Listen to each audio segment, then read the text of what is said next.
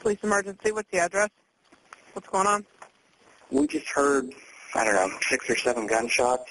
There were just 8 or 9 what sounded very much like gunshots that went off. Immediate calls to police after gunfire erupts in a Midtown neighborhood.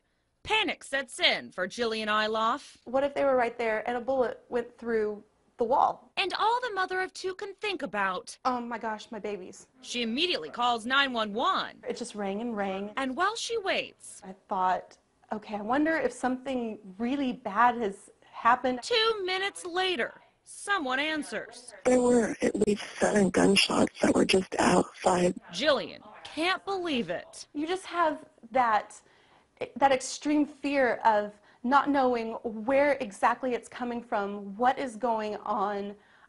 I haven't gotten the hold of anybody. My babies are in the other room. 911, do you need police, fire, medical? We took what we recently uncovered to the city of Tulsa.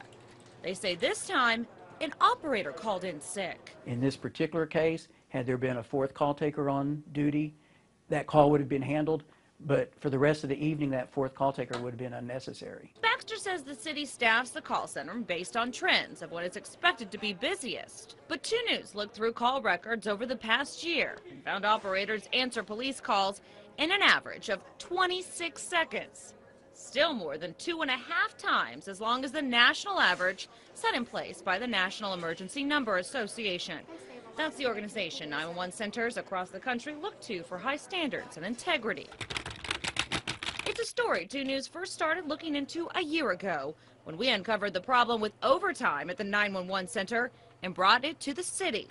At the time, 2 News found some operators nearly doubling their salaries with overtime. It was mandatory in some cases because of understaffing. Because of our 2 News investigation, city councilors started asking questions and more information came out. The shortage wasn't just an overtime issue, it was leading to delayed calls. The mayor promised change. The city since promised to hire 15 more operators and increase salaries. So far, 10 people have finished training. Still, Baxter admits, even when all 15 people are on the floor, That may not be enough to really do what we would like to do. In Jillian's case, she called back 15 minutes later after hearing gunshots a second time. This time, she was on hold for 4 minutes. The national standard is 10 seconds. That's 24 times higher. That's not good enough.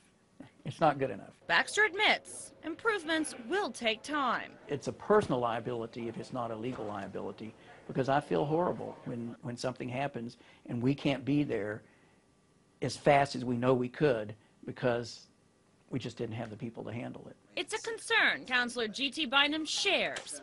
Now he's demanding changes after we showed him the results of our recent investigation. I continue to hear from people about this. I hear from constituents. I hear from former colleagues on the city council.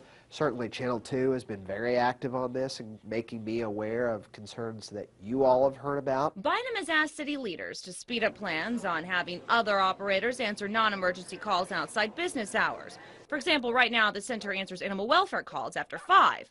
But getting someone else to answer those calls instead of having 911 do it will certainly drop call load. It's progress Jillian is anxious to see. She's thinking about her little ones. I'm their mom. I'm there to protect them and to do whatever I can to protect them every second of my life. The 911 Center is hiring a training coordinator, too, who will train operators to the national standard. Plus, they also hired a quality assurance person to monitor operations. Baxter hopes to have everyone trained by the end of the summer. He says it takes months to train people on the system. Plus, they say they haven't had a lot of applicants so far. We'll continue to follow this story and let you know what happens. Marla Carter, 2 News works for you.